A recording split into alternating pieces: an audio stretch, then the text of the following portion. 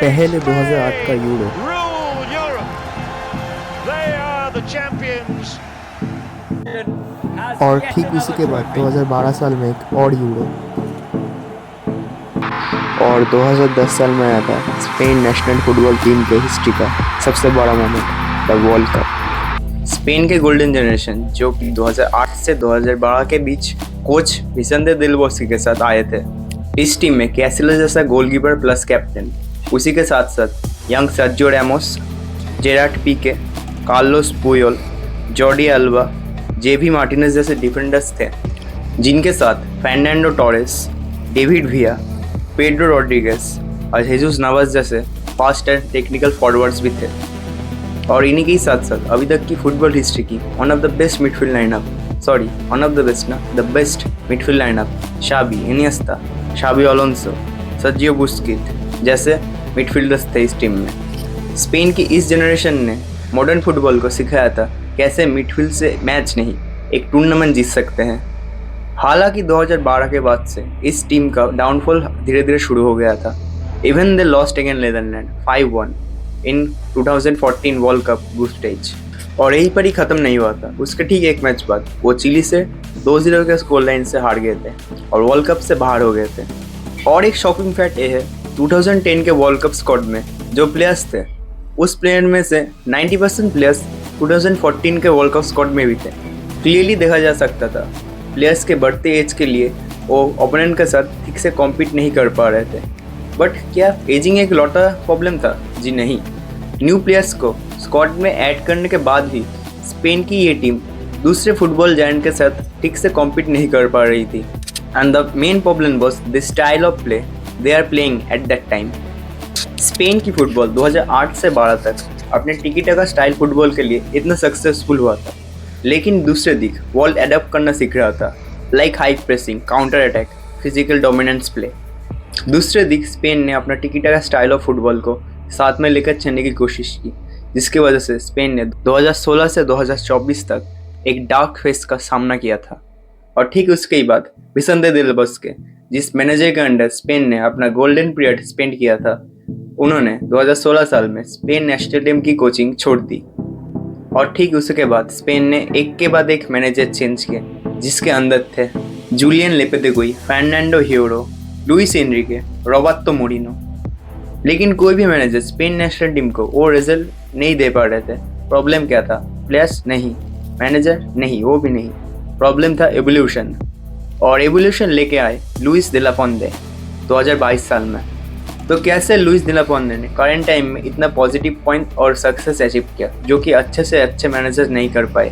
तो लुइस दे la Fuente ने Spain national team को कोचिंग करने से पहले कोचिंग किया था Spain youth team like 2015 under nineteen European champions, 2019 अंडर-21 European champions and later 2021 European silver medal winning youth Spain side को भी उन्होंने कोचिंग किया था। तो दिस इज़ क्वाइट सिंपल।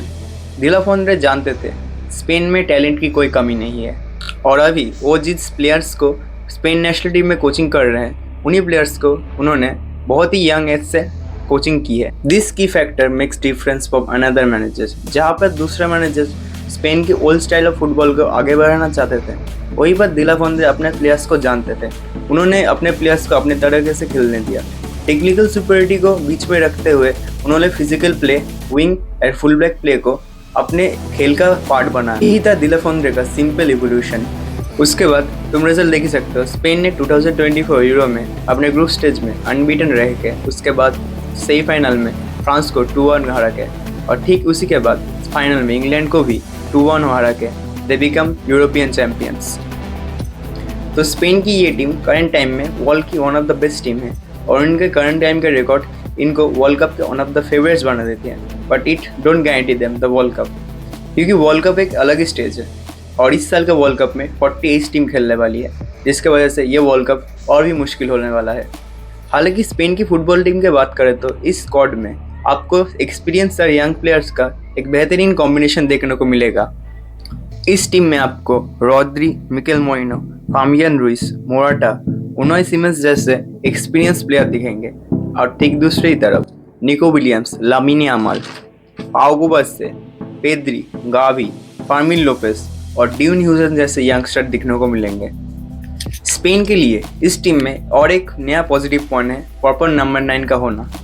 पहले के टाइम में स्पेन के लिए फर्नांडो टोरेस, डेविड विया और राउल जैसे फॉरवर्ड्स थे जो कि फाइनल थर्ड में बॉल को अच्छे से फिनिश करना जानते थे। लेकिन स्पेन के डार्क फेस में एक प्रॉपर नंबर 9 का ना होना स्पेन को बहुत ही खल रही थी। लेकिन इस स्पेन की टीम में नंबर 9 खेलने के लिए बहुत वैराइटीज है। मिकेल मोरिनो, मिकेल ओयारज़ाबाल बहुत ही एक्सपीरियंस प्लेयर है और अभी भी टॉप यूरोपियन लेवल पर खेलते हैं। और उसी के साथ साथ दोनों ही फॉल्स 9 खेल सकते हैं जो कि स्पेन की इस टीम में एकदम सूटेबल है। और उसके साथ साथ गोंजालो गार्सिया और सैमो फ्रॉम पोर्तो दोनों ही यंगस्टर्स अपने अपने क्लब के लिए एक बेहतरीन स्टार्ट दे चुके हैं और दोनों ही नंबर 9 खेल सकते हैं। एंड नाउ स्पेन का सबसे बड़ा एक्सपेक्टेड पेड्री। मैं कुछ सेट बोलता हूँ, उसे सुनो।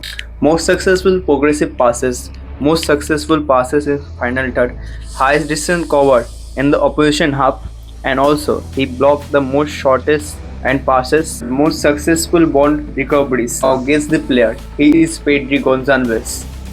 हाँ, मैं जानता हूँ एक प्लेयर पूरे टीम को नहीं चला सकता, पर इस स्टैट्स को सुन के तुम्हें भी लगता होगा पेड्री अकेले 2 प्लेयर का काम करता है। पेड्री को छोड़कर भी इस टीम में है रॉड्री, अगेन 2024 बैलन ड'ओर विनर। इन सब को छोड़कर भी गावी, फर्मिन लोपेस तुम जानते हो बार्सिलोना टीम के लिए कितने इंपॉर्टेंट है।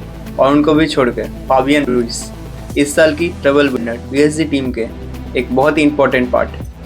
इन सब पॉइंट को सुनकर तुम भी बोल सकते हो स्पेन की ये midfield side one of the best midfield side in the world है। एंड नाउ स्पेन की डिफेंस। तो स्पेन की डिफेंस में फुल बैक के अंदर सभी के सभी एक अच्छे बॉल प्लेइंग फुल बैक है जो कि पिच में वाइड होकर खेलना पसंद करते हैं और दिला फोंदे उनको ये अलाउ भी करते हैं। मार्क कुकुरेया, आल्दे, कार्वाहाल, पेड्रो पोरो सब यंग और फास्ट है और डिफेंस में बहुत ही ग्रेट है। दूसरी दिख सेंटर बैक जिसमें डीन ह्यूजन एक बहुत ही अच्छे बॉल प्लेइंग सेंटर बैक है और उनके ही पार्टनर पाउ कुबार्स है जो कि एरियल में बॉल के one of the best defenders में से एक है। हालांकि स्पेन की इस डिफेंस में एक चीज की कमी है, वो है एक्सपीरियंस। लेकिन डीन ह्यूजन, पाउ कुबार्स, पेड्रो पोरो, कार्वाहाल, कुकुरेया सभी के सभी अपने अपने टीम के लिए स्टार्ट करते हैं और सभी टॉप यूरोपियन लीग में खेलते हैं। And now the wingers. Nico Williams, Lamine Yamal, world में सब जानते हैं इन दोनों को और इन दोनों का ही रोल स्पेन की इस टीम में मेन रोल है। स्पेन की ये टीम पिच में बहुत ही वाइड खेलती है जिसके वजह से ओपोनेंट्स भी बहुत ही वाइड होते हैं पिच में। और उन्हीं के साथ साथ मिकेल मोरिनो और मिकेल ओयारज़ाबाल पिच में बहुत ही डीप ड्रॉप करते हैं जिसके वजह से उनके पीछे बहुत स्पेस क्रिएट होती है। उसी स्पेस में निको विलियम्स और लामिन यामाल रन बना के स्पेन की ये टीम के लिए गोल मारते हैं जिसकी वजह से इन दोनों का रोल इस टीम में बहुत ही ज़्यादा इंपॉर्टेंट है। तो हम सभी ने ऑलरेडी देख लिया है स्पेन का ये नया जनरेशन क्या कर सकती है और क्या करने में कैपेबल है। और उसी के साथ साथ टिकीटा का मेथड के साथ साथ इन्होंने और भी नए मेथड अडॉप्ट कर लिए हैं। And this is make them one of the exciting side to watch out in world cup 2026। मुझे लगता है they can do something big in the world cup. Let me know your opinion in the comment section. Thanks for watching.